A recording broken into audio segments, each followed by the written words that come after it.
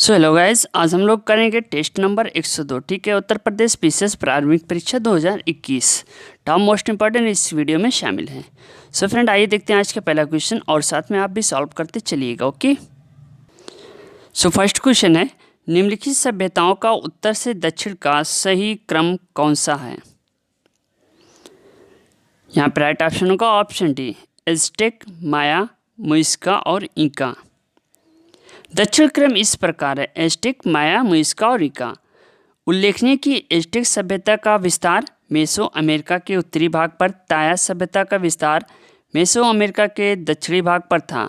मुइस्का सभ्यता का विस्तार अमेरिका महाद्वीप के कोलंबिया के पूर्वी भाग में, जबकि इंका सभ्यता का विस्तार दक्षिणी अमेरिका के पश्चिमी भाग में था। ओके, सो नेक्स्ट क्वेश्चन है, ऋग्वेद है। राइट ऑप्शन होगा ऑप्शन वन, यानी स्रोतों का आकलन। अगर हम बात करें, व्याख्या सुनिएगा कि ब्राह्मण साहित्य में सबसे प्राचीन ग्रंथ कौन सा है, ऋग्वेद, जिससे मुख्यतः स्रोतों का संकलन किया गया है। ऋग्वेद में कुल 10 मंडल और 128 सूक्त हैं। ऋग्वेद के मंत्रों को यज्ञों के अवसर पर देवताओं की स्तुति हेतु ऋषियों द्वारा उच्चारित किया जाता था। ओके, चलिए क्वेश्चन नंबर 3, बुद्ध द्वारा रूपांतरित निम्न व्यक्तियों में से कौन सा अंतिम था। राइट ऑप्शन होगा ऑप्शन डी, यानी सुबुद्ध। बुद्ध द्वारा बौद्ध धर्म में रूपांतरित अंतिम व्यक्ति सुबुद्ध था, जबकि आनंद उनका सर्वप्रिय शिष्य था। उसके अनुरोध पर महात्मा बुद्ध ने स्त्रियों को बौद्ध धर्म में दीक्षित किया था। राइट ऑप्शन है सुबुद्ध। सो नेक्स्ट क्वेश्चन होगा, निम्नलिखित शासकों में से किसके लिए एका ब्राह्मण प्रयुक्त हुआ। तो यहाँ पर राइट ऑप्शन होगा ऑप्शन सी, यानी गौतमी पुत्र सतकर्णी से राइट ऑप्शन। चलिए अगला क्वेश्चन है, समुद्रगुप्त के प्रयाग प्रशस्ति वाले स्तंभ पर निम्नलिखित में से किसका लेख मिलता है। तो राइट ऑप्शन होगा ऑप्शन वन, यानी जहांगीर का। हरिशेन रचित प्रयाग प्रशस्ति समुद्रगुप्त के विषय में जानकारी का एक प्रमुख स्रोत है, जिसमें जहांगीर का एक लेख, रानी कारुवाकी का लेख तथा अशोक का निर्देश भी खुदा हुआ है। ये अभिलेख मूलतः कौशाम्बी में स्थापित था, जिसे अकबर द्वारा इलाहाबाद के किले में स्थापित करवाया गया। सो नेक्स्ट क्वेश्चन है, निम्नलिखित में से कौन सही सुमेलित नहीं है। ठीक है, यहाँ पे नहीं शब्द है, वेरी इंपॉर्टेंट। सो राइट ऑप्शन है ऑप्शन सी, सातवाहन स्वर्ण। यहाँ पे कौन सा रहना चाहिए, सीसा का। ठीक है, चलिए अगला क्वेश्चन देखते हैं, निम्नलिखित में से किसका शिखर द्रविड़ शैली में बना हुआ है। तो यहाँ पे राइट ऑप्शन होगा ऑप्शन बी, यानी ग्वालियर का तेली मंदिर से राइट ऑप्शन। अब हम बात करते हैं ग्वालियर के तेली मंदिर में नक्काशी मूर्तियों उत्तर भारतीय शैली में, जबकि शिखर द्रविड़ शैली में निर्मित किया गया है। इस मंदिर की वास्तुशैली में हिंदू और बौद्ध दोनों वास्तुकला का मिश्रण समाहित किया गया है। अगला क्वेश्चन है, निम्नलिखित में से कौन सी इल्तुतमिश के राजकाल में सल्तनत की राजधानी थी। अब यहाँ पे राइट ऑप्शन होगा ऑप्शन डी, यानी दिल्ली। इल्तुतमिश ने 1210 ईस्वी में सल्तनत की राजधानी को लाहौर से दिल्ली स्थानांतरित किया था। कब किया था, 1210 ईस्वी में, डेट याद रखिएगा।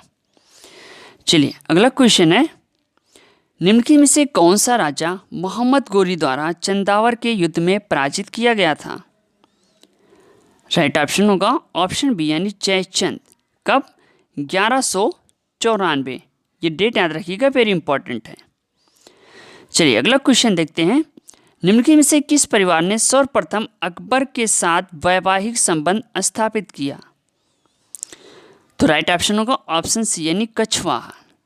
आमेर का कछवाहा शासक भारमाल तथा बिहारीमल पहला राजपूत राजा था, जिसने अकबर की अधीनता स्वेच्छा से स्वीकार की थी।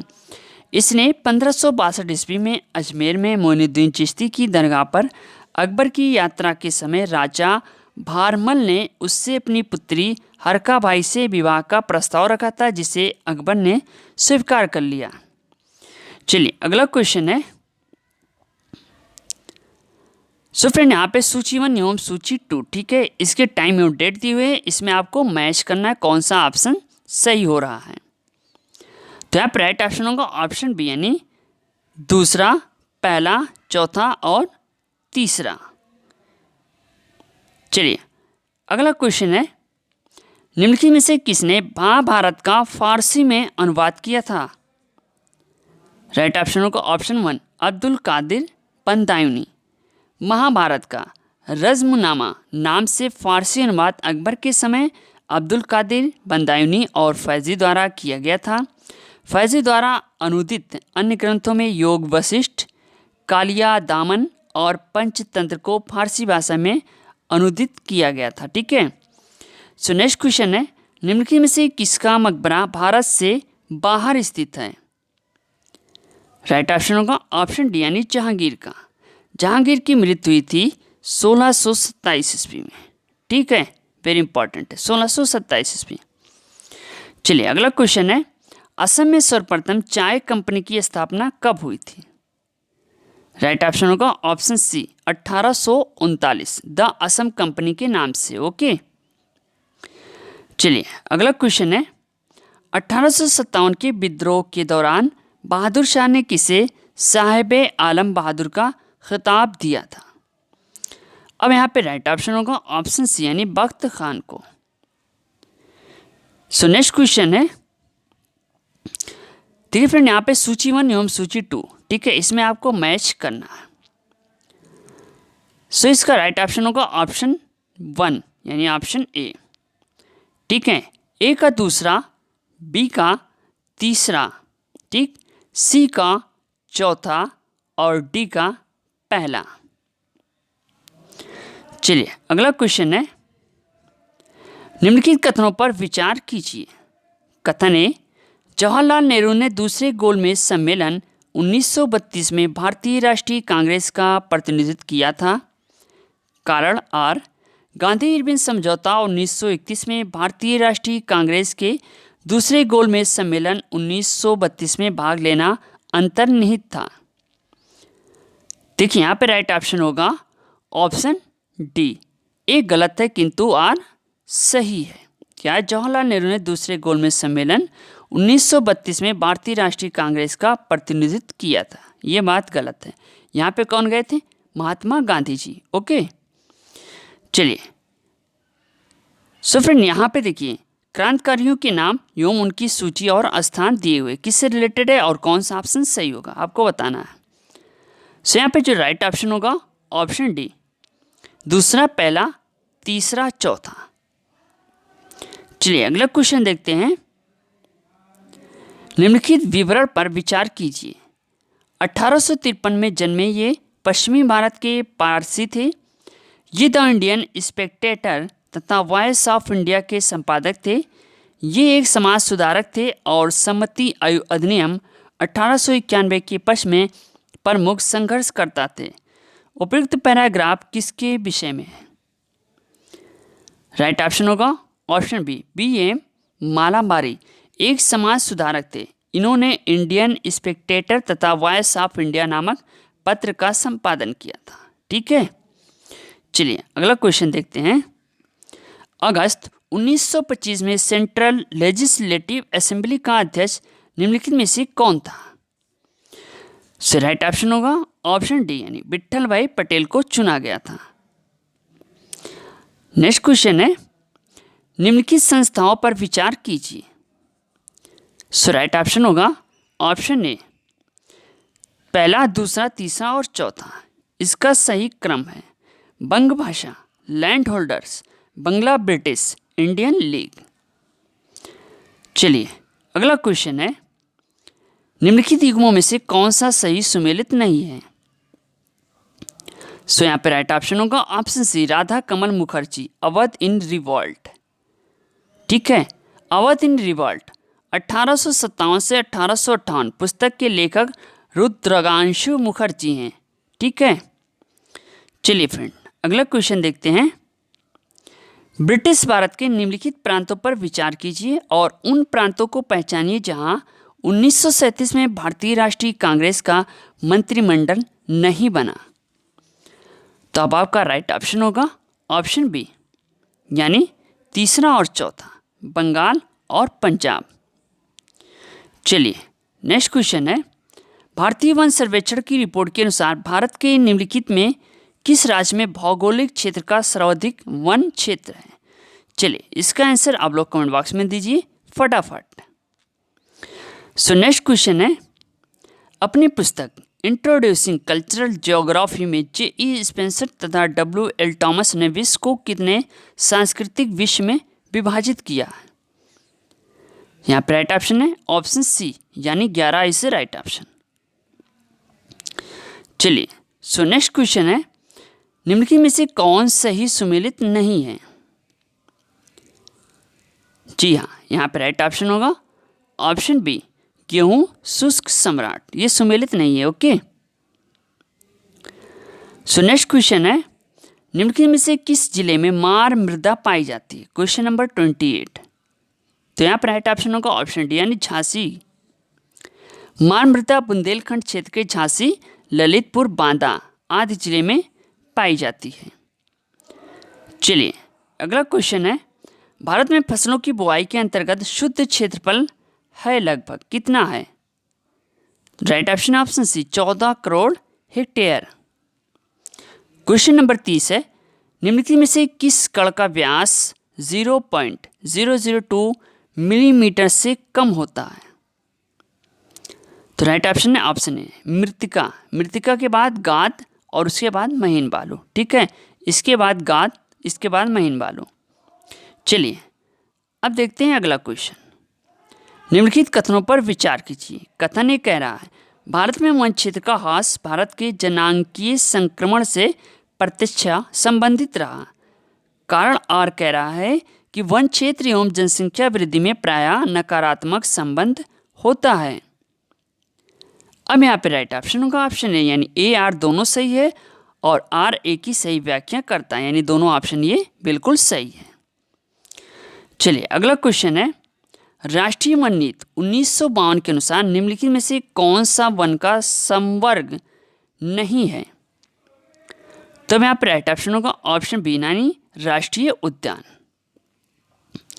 सो नेक्स्ट क्वेश्चन है फ्रेंड, निम्नलिखित कथनों पर विचार कीजिए। कथन है, प्राकृतिक संसाधन वे होते हैं जो किसी क्षेत्र में स्थित हैं तथा भविष्य में भी प्रयोग में लाए जा सकते हैं।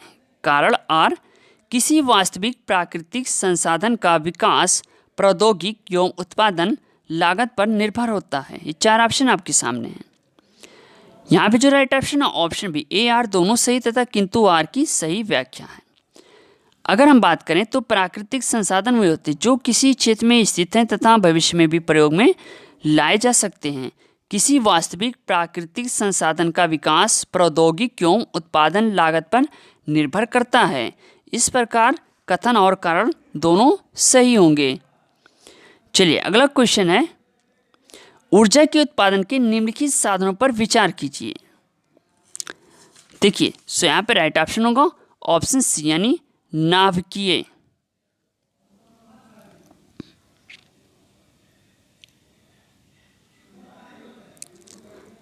जी हाँ।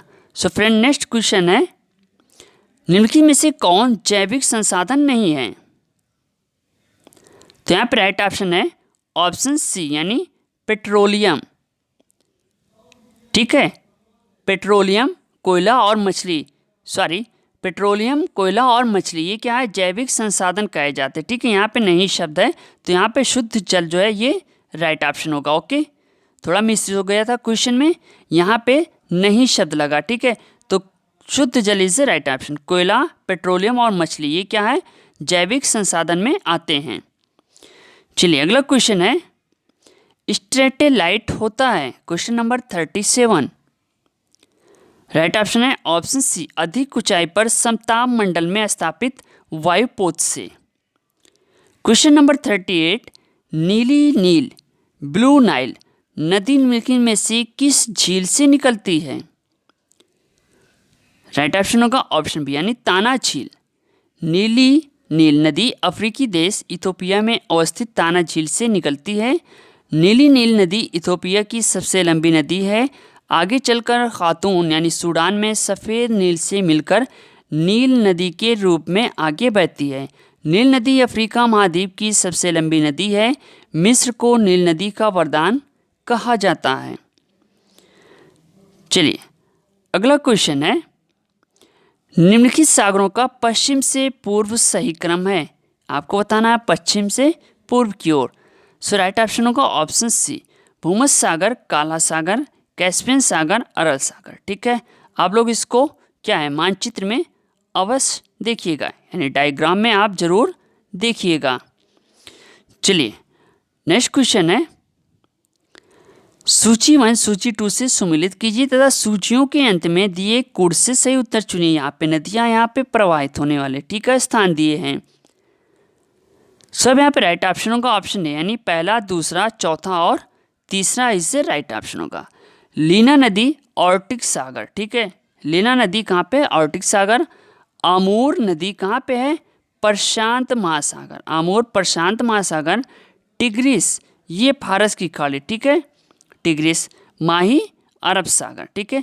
तो ये सही क्रम होगा जहाँ पे ये प्रवाहित होती हैं। सो ये फ्रेंड थे आज के 40 क्वेश्चन, ठीक है, वेरी इंपॉर्टेंट। जो भी हमारे नए व्यूअर्स हैं हमारे यूट्यूब चैनल को सब्सक्राइब करें, ज़्यादा से ज़्यादा शेयर करें। मिलते हैं नेक्स्ट वीडियो के साथ। Okay, thanks, best of luck, thank you, धन्यवाद, जय हिंद, जय भारत।